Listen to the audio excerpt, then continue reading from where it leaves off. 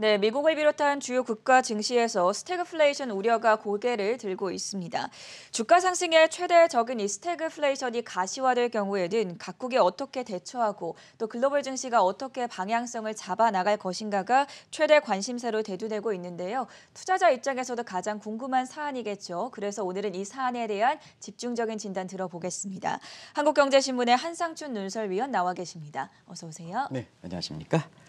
자, 지난주 내내 고용지표 발표 결과에 따라 미국 증시 움직임이 영향을 받았었습니다. 이번 주에는 또 물가지표가 발표가 되고 오늘 오프닝에서 말씀드린 대로 스태그플레이션 우려가 좀 가시화되고 있는 상황인데 스태그플레이션에 대해서 먼저 점검을 해주시죠. 네, 요즘 들어서 많이 얘기되죠. 네. 이렇게 해서 시청자분도 주식 시장 입장에서는 아무래도 이 문제가 최대적이기 때문에 어제 방송에서 예고해드린 대로 시청자 문의도 있고 그래서 오늘 이 문제를 미국의 노동절 휴가 때 한번 집중적으로 분석해 보도록 하겠습니다.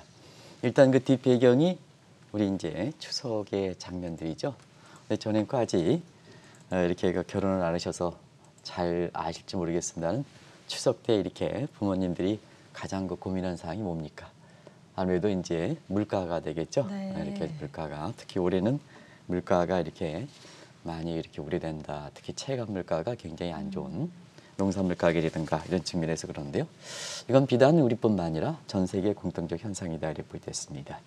그런 각도에서 최근에 그 스태그플레이션의 어저지수, 소위 텍스 마이닝 기법으로 이렇게 보면 요즘 들어서 이제 텍스 마이닝 기법이 국내 그 대선 후보와 관련해서도 많이 얘기되는데요. 요걸 좀 다시 한번 말씀드리면 언론에 나오는 어저지수 가지고 이렇게 판단하는 겁니다.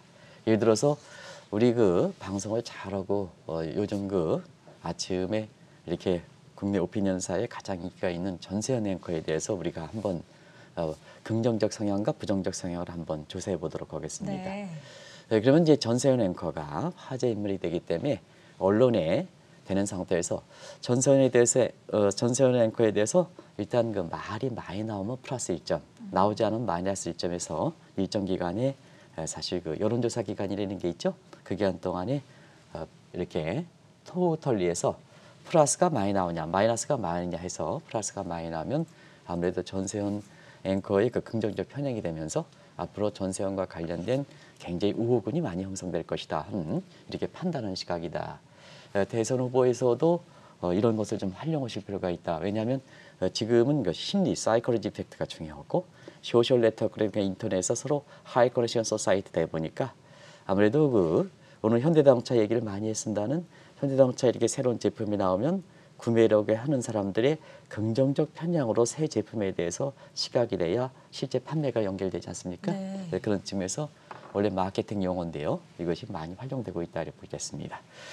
그런 과정에서 최근에 이렇게 보면 스태그플레이션에 대해서 윈드가 아니라 윈즈라는 표현을 쓰고 있습니다. 해외 언론들은 윈즈라는 표현을 쓰고 있습니다. 이건 이제는 우리가 정 PD께서 스태그플레이션 기류라고 얘기했습니다. 스태그플레이션 기류는 윈드는 바람이 이제 간헐적으로 부는 거에 대해서 요즘 이제 윈즈는 어느 정도 이제 체감적인 수준으로 많이 될 정도로 바람이 분다 하는 표현으로 예. 지금 미국에서 이렇게 쓰고 있는데요. 지금 맥락에서 보면 어제도 잠시 말씀드렸습니다는 이렇게 안 좋은 얘기 나올 때에는 항상 고질적으로 등장하시는 분이 있죠. 누니엘 루비니 교수 잘 맞지 않습니다는 아주 명시적으로 스태그플레이션 경고에 대해서 명시적으로 했고요. 그다음에 퍼거슨은 어제 이제 전해드렸습니다. 네. 베트남 전쟁 특수가 끝나고 난 이후에 사실 하이퍼 인플레이션이 나왔죠. 그때 아마 시청자 여러분 아시겠습니다는 1960년대 케너디 존슨에 있는 베트남 전쟁 특수에 의해서 재정 인플레가 많이 발생했는데요. 그 후유증으로 사실 1960년대 후반에 하이퍼 인플레이션 이게 나왔습니다. 지금 아프가니스탄 전쟁이 이렇게 20년간 지금 종료가 됐죠. 비슷한 시점이기 때문에 아마 이런 쪽에 닐 퍼거슨 교수, 요건 이제 교수이자 사실 후보 연구소 스탠퍼드 후보 연구소의 선임 연구원에 해당되시는 분입니다. 최근에 포럼에서 하이퍼 인플레이션 경고했고요. 로커프견은 하버드 교수로 퍼벅스텀. 여기는 1970년대 초반에 왜 퍼벅스텀이 닫혔냐면요. 그때 통화절세 측면에서는 달러 가치 위주의 브레튼 루트 시스템에서 세계 교역력이 증가하니까 달러의 금태 현상이 보장되지 못한 상태에서 사실 닉슨의 금태한 정지고, 그다음에 정책 측면에서는 닉슨이 사실 워터게이트 사건에 대해서 네. 대단히 혼란을 겪었죠. 그래서 정치적으로 혼란, 그다음에 사실상 그 경제적으로는 통화 질서가 이렇게 브레튼 우드가 깨진 점, 이런 거에서 미국 경제 입장에서는 파워백 시스템이 닥친 때입니다. 그때 물가가 이례적으로 많이 올라갔죠. 그때의 모습. 그다음에 서머스 교수 같은 경우에도 지금의 미국의 그 소비자 물가 상승률이 지금 5.4% 나오고 있습니다는 지금 집값이 반영되지 않았는데요. 집값이 나중에 말씀드리겠지만 굉장히 많이 올라갔거든요. 이걸 포함하면 7% 이상 간다. 소비자 물가가. 미국에서 소비자 물가가 7% 이상 가는 경우는 그렇게 아주 드문 일입니다. 더더나 경제 성장이 6.5% 굉장히 높은데 그보다 더 높게 올라가지 않냐, 어떻게 할 것이냐 하는 이런 측면에서 인플레가 많이 되고 이렇게 성장이 둔화조짐이 보니까 스태그플레이션 얘기가 나오고 있다. 네. 월가에서 최대 관심이 되고 있다 이렇게 됐습니다. 이제는 다들 아시겠지만 최근에 많이 언급이 되고 있는 스태그플레이션이 무엇인지 다시 한번 설명해 주시죠. 네, 이 용어가 많이 나오니까 네. 다들 저보다 시청자분이 이렇게 현명하시기 때문에 다들 아실 거로 보는데요. 경기 상황에서 우리가 회복기, 성장기, 침체기, 그래서 상하 위쪽으로 위에는 이렇게 피크, 밑에는 탑 해가지고 정점과 저점이 있죠. 네. 이런 그 비즈니스의 네 가지 측면에서 이걸 어떤 각도, 성장률 위주로 보느냐, 물가 위주로 보느냐. 근데 지금은 성장보다 물가가 중시하지 않습니까? 네. 그러니까 물가 위주로 경기 비즈니스 사이클의 네 가지 국면을 보는 시각을 한번 보겠습니다. 그 경제 용어를 보겠습니다. 일단 인플레는 성장률과 물가가 동시에 뛰는 현상이다 하는 것을 잘 아실 겁니다. 그리고 물가가 경제 성장에 맞춰서 경제 주체들이 대응할 수 있을 정도로 완만하게 아주 이게 우리가 한때 증권사에서 얘기했던 좋은 인플레가 되죠. 좋은 인플레, 나플레, 착한 인플레 이렇게 착한 얘기했죠. 인플레 뭐 이렇게 해서 이게 이제 학문적으로 정의된 용어는 아니기 때문에 착한 인플레, 좋은 인플레 이렇게 되는 거죠. 네. 증시에서 아주 유동성 장세를 연출시키는 아주 좋은 모습이죠. 이게 마일드 인플레이션. 그리고 갤로핑 인플레이션은 아시죠? 말이 뛰는 것처럼 빨리빨리 뛴다는 네. 것. 하이퍼 인플레이션, 초인플레이션. 그러니까 경제 주체가 대응하지 못할 정도로 이렇게 하이퍼 인플레 대응할 물가가 뛰는 현상을 하이퍼 인플레이션이다 이렇게 보이됐습니다. 어찌됐든요. 이렇게 경제는 디플레보다는 물가가 높은 것, 인플레 현상이 좋은 겁니다. 어찌됐든 좋은 겁니다. 시청자 여러분. 경제가 거꾸로질 때보다는 이렇게 자산 부분도 주가가 떨어질 때보다는 주가가 올라가는 게 좋은 겁니다. 부동산 가격도 떨어지는 것보다 올라가는 게 좋은 현상입니다. 저는 그렇게 생각합니다. 네. 합니다. 어찌됐든 이렇게 그런 각도에서 오는데요. 문제는 물가와 성장 간의 미스매치 현상이 있거든요. 그 관계를 한번 보겠습니다. 물가 성장률 간의 가장 좋은 관계가 무엇입니까, 시청자 여러분? 높은 성장에도 불구하고 물가가 안 올라갈 때, 높은 성장에도 물가가 안 올라갈 때, 고성장 저물가, 이것만큼 좋은 게 없죠. 이것만큼 좋게 없다 그래서 이게 골드락스 경제다 이렇게 표현하죠. 영국의 전래 동화에서 유래됐던 골드락스 동화에서 나왔던 이게 1990년대 후반에 인터넷이 한편에서 수학 체감의 법칙이 아니라 수학 체증의 법칙이 사용되는 네트워크만 깔면 깔수록 사실 그 공급 능력이 확대돼서 이렇게 성장률이 올라가고 공급 능력이 확대되니까 물가가 안 올라가는 이런 현상이 이제 성장률과 물가 간의 가장 이상적인 측면이다 해서 골드락스죠. 근데 이제 여기서부터 새로운 용어들이 나오는 겁니다. 디스인플레이션이라는. 요건 이제 학문적으로 정의된 용어는 아닙니다. 요거는 이렇게. 근데 이제 증권사라든가 이런 측에서 이게 디스인플레인데 요거는 경기가 회복되는데요. 물가가 오히려 떨어지는 현상입니다. 왜 물가가 떨어지면 좋으냐 그랬는데요. 물가는 활력 지표입니다. 그래서 경기 회복에서는 활력까지 증가해야 물가가 올라가야 나중에 경기 회복세가 지속 가능한 겁니다. 그래서 골드락스 국면에 가는 겁니다. 근데 경기 회복 초과인데 물가가 떨어져? 그게 뭐냐? 물가는 활력 지표에 경제가 떨어진다는 얘기거든요. 그러면 엄동설안에 사실상 코로나 사태 페드가 돈을 퍼부어 가지고 코로나 사태에서 경기 회복되는 봄날의 푸르푸한 싹이 돋았습니다. 그린슛이죠. 네. 근데 이게 좀 뼈대에 물이 좀 잘 올라와 가지고 뼈대가 튼튼해서 가을에 풍성한 열매를 맺은 골드락스가 돼야 되는데요. 이게 물가가 활력적이 떨어지다 보니까 옐로우 위즈, 흰 잡채가 되는 거거든요. 옐로우 위즈가 되는 건 뭐냐? 디프레션 국면입니다. 그래서 성장률과 물가가 동시에 추락하는 현상을 보통 디프레션이라는 표현을 씁니다. 근데 여기서 문제는 자, 서로가 이해관계가 서로 엇갈린 상태에서 경기상 복합적으로 나타나는 경우가 있습니다. 그게 뭐냐? 스태그플레이션입니다. 경기 침체일 때는 시청자 여러분 물가가 떨어지는데 이게 상식이죠. 상식인데 상식이 깨지는 경제는 시어리인데 시어리가 물리학처럼 1 플러스 1은 2다 하는 팩트가 아니거든요. 커먼센스거든요. 커먼센스. 네. 커먼센스 아무리 이상해 보이더라도 우리 국민들이 전체적으로 그렇게 행동하면 그게 커먼센스이기 때문에 시어리는 겁니다. 그렇죠. 시어리는 겁니다. 그러다 보니까 자 그동안은 경기가 떨어지면 물가가 떨어진다 하는데 경기가 떨어지는데도 스태그레이션, 경기 침체죠. 물가가 올라가는 인플레이션, 이 합성어가 바로 최근에 거론되는 스태그플레이션이다. 그래서 지금의 스태그플레이션은 비정상적인 커먼센스가 통하지 않은 비정상이다. 그래서 네. 노멀, 뉴 노멀 현상이다. 뉴 앱노멀 현상이다. 이렇게 보시면 되지 않냐 생각합니다. 다들 아시겠습니다는 오늘 그 문제를 풀어가기 위해서 이 문제를 인플레각도에서 경기 순환 국면을 보는 이런 용어들을 한번 경제 공부하는 시간을 가졌습니다. 경제가 불황임에도 불구하고 물가는 상승하는 스태그플레이션. 최근에 어떤 국가들에서 조짐이 나오고 있습니까? 아무래도 그동안 이제 이 방송을 통해서 중국의 이렇게 규제 문제를 많이 네. 얘기했죠. 그러다 보니까 경제에 대해서도 영향을 받는 겁니다.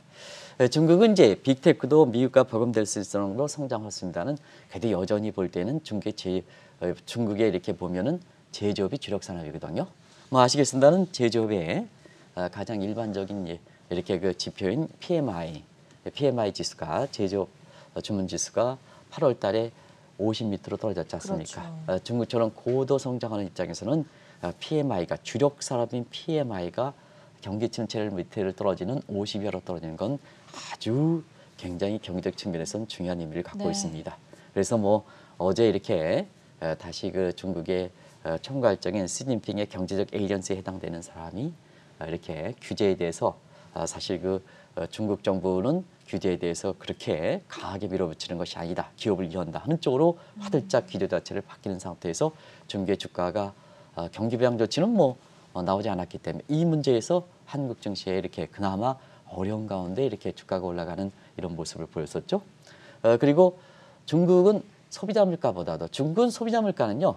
이 0% 1%입니다. 그거 가지고 물가를 따지면 안 됩니다. 중국은 가장 중요한 게 주력 산업이 제조업이니까 그리고 생산이기 때문에 소비 산업으로 넘어가지 않은 상태거든요. 그래서 소비자 물가가 중요한 게 아니라 생산자 물가가 중요한 겁니다. 중국의 경제 발전상 보면. 네. 근데 7월 달에 생산자 물가가 9%죠. 무조건 9%.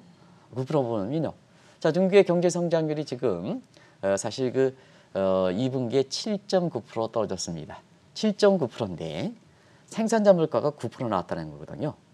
그리고 자, 8월 달에 PMI가 50밑으로 떨어졌습니다. 그러다 보니까 화들짝 놀래는, 다시 말하면 자, 경기가 이렇게 50밑으로 떨어지는 가운데 물가가 올라갔으니까 스태그플레이션 나오는 거죠. 그리고 이제 오늘 얘기했던 유럽 증시에서 유럽 증시만 얘기했던 유럽 한번 보겠습니다. 유럽도 지금 PMI가 독일 같은 경우에는 지금 일부 회원국별로 좀 다른 측면이 있습니다. 지금 회원국들이 같이 통합해서 움직이는 게 아니라 브렉시트 이후에 서로가 이렇게 해서 서로 통합이 얕아지는 거거든요. 네. 그래서 과거처럼 유로랜드 19개 국가들이 동반적인 현상이 나타나는 게 아니라 서로 개별적 현상이 나타나거든요. 그래서 독일 같은 경우는 공장 지분이 오늘 이렇게 이례적으로 해서 유럽 증시를 이렇게 끌어올리는 측면이 있었습니다는 전체적으로 보면 독일 유로랜드 같은 경우는 PMI가 7월 달에 피크가 친 상태거든요. 그리고 유럽은 소비 국가입니다. 생산 국가가 소비 국가입니다. 그래서 소비자 물가를 따지는 거거든요. 소비자 물가가 지금 3% 나오고 있습니다. 그러면 인플레 타겟팅, 전통적으로 물가가 중시하는 상태에서 인플레 타겟팅이 2%니까 시청자 여러분 PMI는 떨어지고 물가는 올라가고 하니까 스태그플레이션 현상이 나죠. 나중에 이제 말씀드리겠습니다. 일본, 러시아 등도 스태그플레이션 현상이 나타나고 있는데요. 이 문제가 그러다 보니까 전 세계적으로 스태그플레이션 용어가 윈즈, 기류라는 표현을 쓸 만큼 네. 지금 많이 이렇게 어조가 이렇게 많이 빈도수가 높아지는 거다 이렇게 볼 수 있습니다. 사실 뭐니 해도 가장 관심이 가는 국가는 미국일 텐데요. 미국 내에서도 이 스태그플레이션 우려가 커지고 있지 않습니까? 시청자분한테 뭐 한국경제TV가 사실 최근에 글로벌 그 마켓을 그 지향하면서 네. 미국 증시에 돈이 몰려가는 과정에서 해외 투자의 기회를 그 증대시키기 위해서 현재 우리 국내 언론 최초로 이렇게 글로벌 취재본부도 만들고 대거 많은 비용을 들여서 시청자분을 위해서 해외 투자하시는 분을 위해서 그동안 해외 투자 관련된 정보를 제공하는 기관들이 정확한 정보를 제공하지 못함에 따라서 그런 취지에 맞게 글로벌 마켓을 해서 지금 해외 투자 자세의 화제를 이렇게 꽂고 있는 이런 상황인데요. 여러분 보면 미국 증시 움직임을 현지에서 많이 전해졌지 않습니까? 그래서 시청자분이 이제는 미국의 경제 상황에 대해서 잘 아실 거로 봅니다. 그걸 정리해드리겠습니다. 다들 아시는 내용을. 미국은 이제 물가가 굉장히 안 좋죠. 시청자 여러분 물가가 안 좋죠. 그래서 지금 우리가 8월 물가 지표는 이번 주말부터 생산자 물가를 해서 다음 주까지 소비자 물가로 연결됩니다는. 지금까지 발표된 거 보면 소비자 물가는 5%에 그대로 되죠. 지금 이제 4월부터 이렇게 인플레 타겟팅 선을 벗어나면서 지금 그 5개월 연상 이렇게 지속될 거로 보이는데요. 네. 지금은 8월 달에 지금 6%가 넘지 않겠느냐. 왜냐 7월 달에 생산자 물가가 7.8%니까 빅테크에 대해서 규제 아무리 했다 하더라도 소비자에 정가시키는 모습이 되거든요. 그래서 지금 8월 달에는 6%가 넘을 거로 이렇게 보고 있습니다. 그런 과정에서 사실 미국의 지금 3분기가 끝나가는 시점에서 3분기의 성장률과 기업들 실적 발표되는 10월 달이 지금은 페드 회의가 테이퍼링 가능성이 적어졌기 때문에 그쪽으로 넘어간다 하는 것을 어제 전해드렸습니다는. 실제로 월가에서는 진짜 3분기에 그 성장률에 대해서 진짜 초미의 관심입니다. 한번 보겠습니다. 왜 초미의 관심이냐? 성장률의 하향 조정폭이 굉장히 크기 때문에 그렇습니다. 그 내용을 한번 보겠습니다.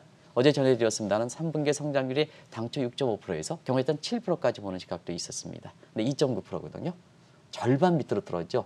이게 어디서 했냐면 세계적인 JP 모건이 이게 했거든요. 네. 골드만삭스도 비슷한 폭으로 3%대로 조정하긴 했습니다. 절반 통으로 합니다. 그래서 글로벌 인베스트먼트의 양대 기관이 성장률을 절반 통으로 떨어진 상황이 되거든요. 그리고 기업들의 실적도 어닝 서프라이스 폭이 2분기 어닝 서프라이스가 90%가 넘었는데 지금은 3분의 1 통방으로 30% 밑으로 떨어진다. 그러면 매크로 사이드에서 경제 성장률이 3분기 성장률이 다음 달 발표되는 게 절반 떨어진다. 그다음에 마이크로 사이즈 기업들의 어닝도 3분의 1로 어닝 서프라이스 폭이 줄어든다. 사실 29.8%는 대체로는 경제가 정상으로 돌아갈 때에도 어닝 서프라이스는 저 정도는 나옵니다. 이런 거거든요. 그러면 시청자 여러분 물가는 이렇게 올라가는데 성장률과 기업들의 실적이 떨어지다 보니까 자연스럽게 성장률 기업 실적이 떨어진 상태에서 침체 우려, 스태그네이션 되는 거고 물가가 올라가니까 인플레이션 하다 보니까 스태그플레이션 우려가 월가에서 최대 관심사가 된다. 이렇게 보시면 되겠습니다. 이제 커먼 센스로 쉽게 이해가 되지 않는 부분이 경기는 분명히 둔화될 조짐을 보이고 있는데 물가는 상승하니까 이 부분에 대해서 좀 궁금증이 많으실 것 같습니다. 한번 설명을 해주시죠. 네, 일반적으로 성장률이 올라가면 물가가 올라가고 네. 성장률이 떨어지면 물가가 이렇게 떨어지는데 그렇죠. 사실 그 성장률이 떨어지는데 물가가 올라가느냐 이런 거 보면 우리가 이제 물가라는 것 부분을 수요 측에서 발생하느냐 디맨드 풀 인플레이션이라고 그러고 네. 그다음에 공급 측으로 발생하느냐 커스트 프레시 인플레이션이다 이렇게 얘기거든요. 그런 각도에서 한번 보겠습니다. 자, 최근에 보면 우리가 이 방송을 통해서 누누이 말씀드리는 노동시장은 공급 부족으로 인해서 사실 임금 상승률이 급등하는 모습을 보이고 있습니다. 아시겠습니다는 전문직 같은 경우에는 머틀렉 현상이죠. 수요는 많이 증가하는데 교육받은 사람이 없습니다. 신규 차력 건수가 30만 건으로 떨어졌다 해도 이게 부진하면 안 된다. 부진은 경기가 부진으로 인식한다. 그렇진 않다. 하는 것을 말씀드려갖고 이게 버틀렉 현상이다. 그리고 밑에 계층은 지원금이 근데 지원금이 끄면서 화들짝 놀라지 않습니까? 그죠? 지금 아까 이제 우리도 전해드렸습니다. 네. 8월 말로 지원금이 끊이고 화들짝 놀랐는데요. 왜냐 안이하게 대처했던 사람이 많죠. 지원금 주니까 왜 노동시장이 원래는 지원금 주면 노동시장에 참여라는 얘기거든요. 그 과도기적인 상태에서 어려움을 지원금 가지고 하고 그렇죠.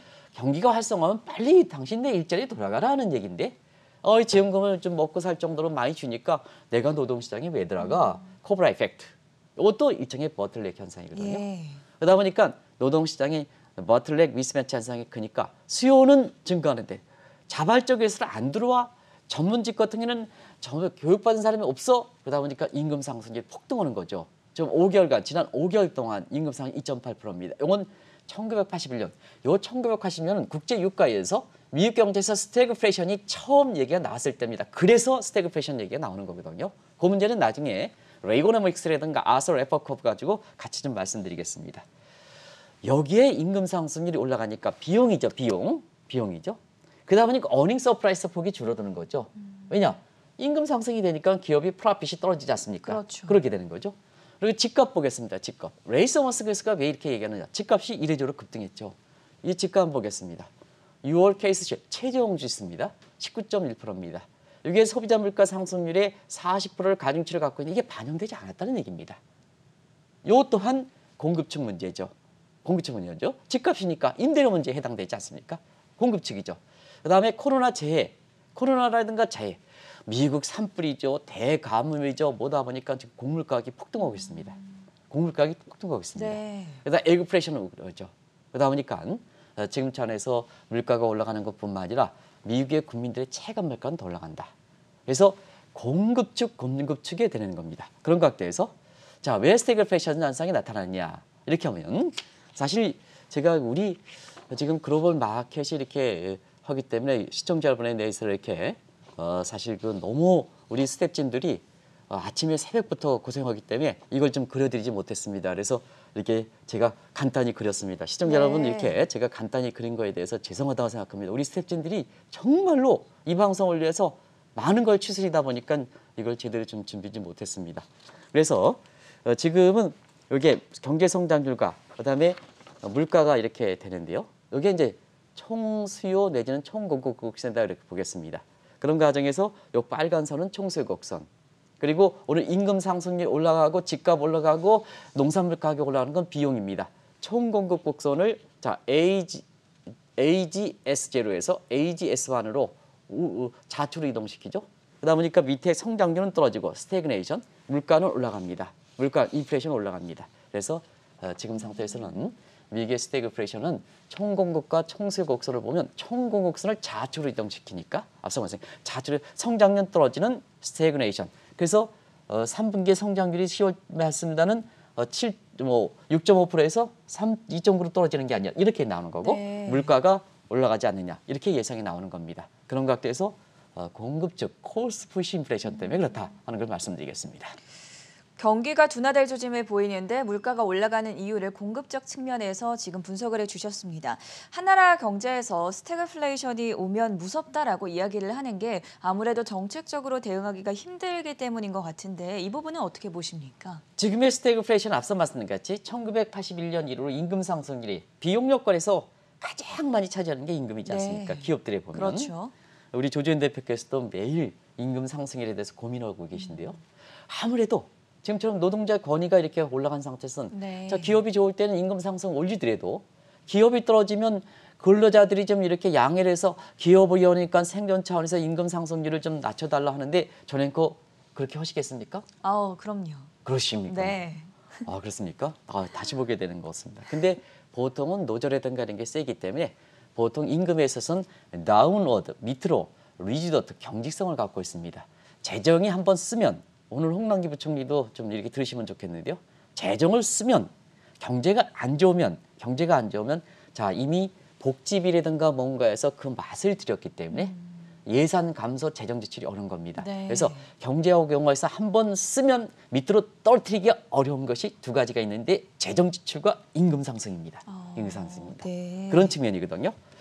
그런 측면에서 이렇게 보면은 사실 임금 상승률이 1981년 스태그플레이션 얘기 나올 때 처음으로 그 이후에 가장 높게 올라갔다 해서 지금 미국이 스태그플레이션 얘기가 나오는 거거든요. 그때 정황상 보면 자 그때 경제적으로는 어떻게 선택할 것이냐는 게 어렵습니다. 물가를 잡다니 여기서 보세요.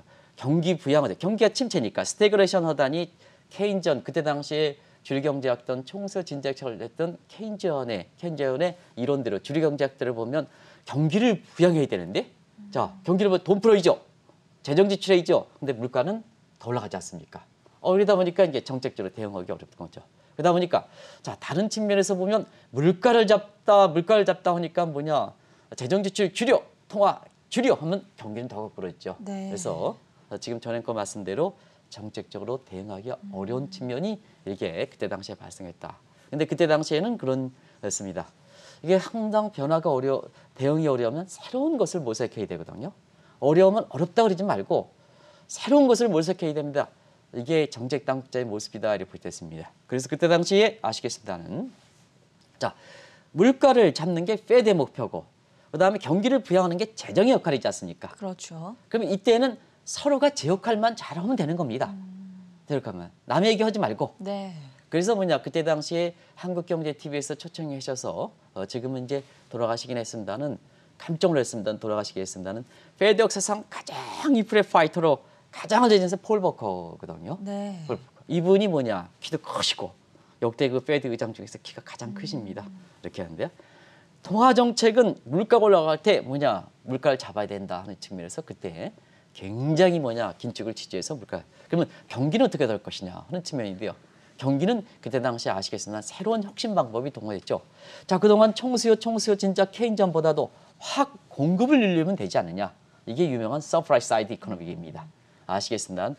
자 지금은 뭐냐. 지금 1980년대 초반은 너무 세율이 높아서 경제 의욕이 떨어지는 것이 재정 수입을 줄이고 재정 적자를 확대시킨다. 그럼 어떻게 할 것입니까? 자 아서러페카드 텍스 레이트를 거꾸로 좀 줄여. 그러면 경제 의욕 고치되. 그러면 뭐냐 성장이 켜서 경기 회복되죠. 경기 회복되면 누진적층에서 재정 수입이 되니까 재정 적자도 줄이겠다 하는 얘기거든요. 그래서 새로운 방법으로 그때 당시에 그 스태그플레이션 방법을 풀었다 이렇게 보겠습니다. 그렇다면 이번에 스태그플레이션이 오게 된다면 정책적으로 어떻게 대처를 해 나갈 것인지 과거 사례에서 좀 인사이트를 얻어야 합니까? 어떻습니까?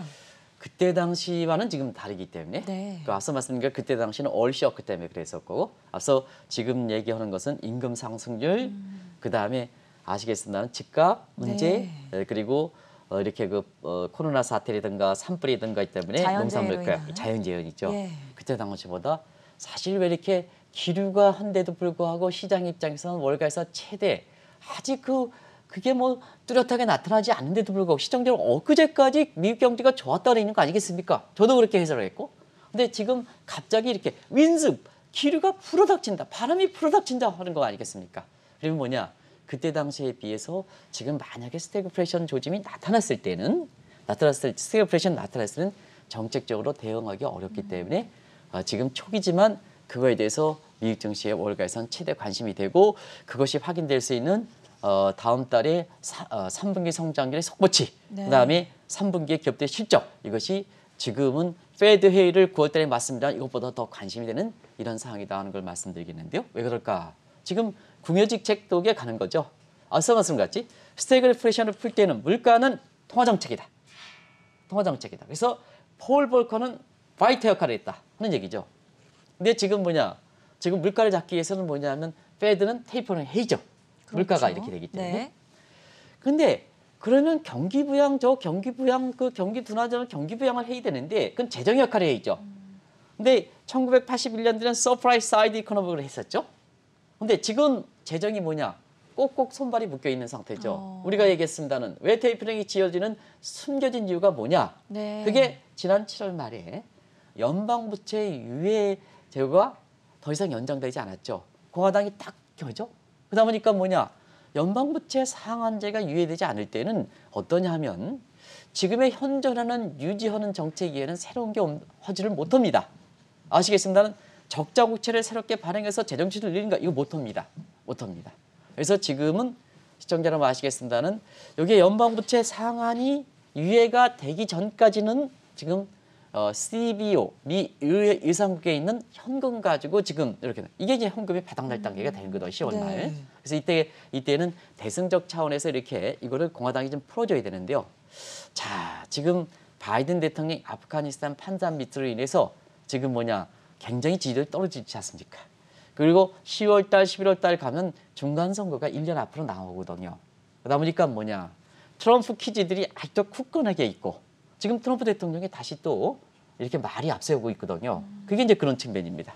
그러다 보니까 공화당 입장에서는 저이게 되지 않겠느냐 이런 측면에서 이게 쉽지 않느냐 해서 통화 정책에 있어서는 원래 물가를 잡기 위해서 사실 테이퍼를 추진해야 되는데 불구하고 테이퍼는 연기되는 이유거든요. 이런 모습이거든요. 그래서 이 조짐이 나타났을 때에는 상당 부분 1981년에 비해서는 대응하기 어렵기 때문에 네. 지금 아직 투자자 입장에서는 이렇게 우려할 단계는 아니라고 근데 나중에 결론을 맺겠습니다는 사실 이 조짐이 투자 선제적 차원에서 월가에서 확 빈도수가 높아지는 것도 바로 그런 측면이다 하는 걸 다시 한번 말씀드리겠습니다. 마지막 질문입니다. 만약 우리나라에도 스태그플레이션이 오게 된다면 어떻게 대응 방안을 마련하면 좋겠습니까? 네, 지금 우리나라 경제의 스태그플레이션 얘기하면 가장 이렇게 취임 이렇게 천일을 맞는 홍남기 부총리께서 가장 싫어하실 겁니다. 네. 그리고 어제 문재인 대통령께서 우리 경제 이렇게 4%대 유지할 수 있다. 재정의 역할이 굉장히 중요하다. 물론 이제 금리는 올렸으니까 이런 측면에서 말씀하셔서 굉장히 민감한 때입니다. 근데 우리는 좀 액면가닥 한번 보겠습니다. 우리 성장률 한번 보겠습니다. 성장률 1분기 때 1.7%, 전분기 대비입니다. 2분기 때 황적치가 나왔습니다는 0.1% 예비치에 비해서는 0.1%포인트 제고됐습니다. 0.8%. 시청자 여러분 1.7에 0.8% 떨어졌죠? 절반으로 떨어진 상태입니다. 아마 3분기 성장률도 이렇게 비슷한 시각으로 나올 겁니다. 근데 소비자 물가를 보겠습니다. 자, 한국은행 입장에서는 상반기에 물가가 이상한 조짐이 있을 때 하반기는 좀 줄어들 것이다. 일시적 현상이었죠. 근데 한번 보겠습니다. 7월 달에 2.6%. 우리 인플레 타깃 행선은 2%입니다. 이 7월 달에 2.6%. 8월 달에 2.8%. 지금 생산자 물가의 상승률을 볼 때는 과거 추세로 보면 소비자 가격 형태 9월 달에는 3% 될 거를 이렇게 보거든요. 그러다 보니까 우리 입장에서도 사실 성장률 떨어지고 물가 올라가는 부분적인 스태그플레이션 현상이 나타나는 상황이거든요. 이런 과정에서 정부의 선택은 어떻게 됐을까 하면 이제 사실 물가를 잡기 위해서 한국은행이 금리를 올렸느냐? 이건 아직 아니거든요. 그래서 뭐냐? 다른 쪽에 앞서 말씀드린 것같이 이렇게 어려울 때는 주무부서는 주무부서의 목표대로 좀 팀버겐 정식으로 가야 되는데요. 지금 집값 잡겠다고 가계부채가 잡겠다고 금리를 올려버렸죠. 그러다 보니까 지금 추석을 앞두고 대한상이라든가 이런 데서는 지금 원자 가격도 오르고 다 올라가는데 지금 이게 금리 인상 문제는 좀 내년으로 좀 미뤘으면 기업 부담을 좀 떨었으면 이런 입장이거든요. 이런 입장으로 지금 나가는 상태거든요. 그런 상태에서 지금 슈퍼 예산을 좀 편성하고 있죠. 근데 국가 채무가 이제는 더 급증하고 어제 홍남기 부총리께서도 국가 채무는 문제가 없다 하는 시각에서 어제 국회에서 이렇게 나오셔서 국가 채무가 너무 증가 속도가 빠릅니다. 이런 쪽으로 좀 입장이 변했어요. 이러다 보니까 사실 그 재정과 통화정책 간에 아무리 두 수장 간에 만났다 하더라도 결국은 경제 현상과 볼 땐 미스매치냐 어떻게 풀어갈 것이냐 하는 측면인데요. 시청자 여러분께 오늘 이 시청자분의 문의에 대해서 결론을 맺어드리겠습니다. 아직 우려할 단계는 아니다. 투자 포지션에 이렇게 투자표에서 내가 롱 포지션 지고 숏 포지션 지고 변할 단계는 아니다.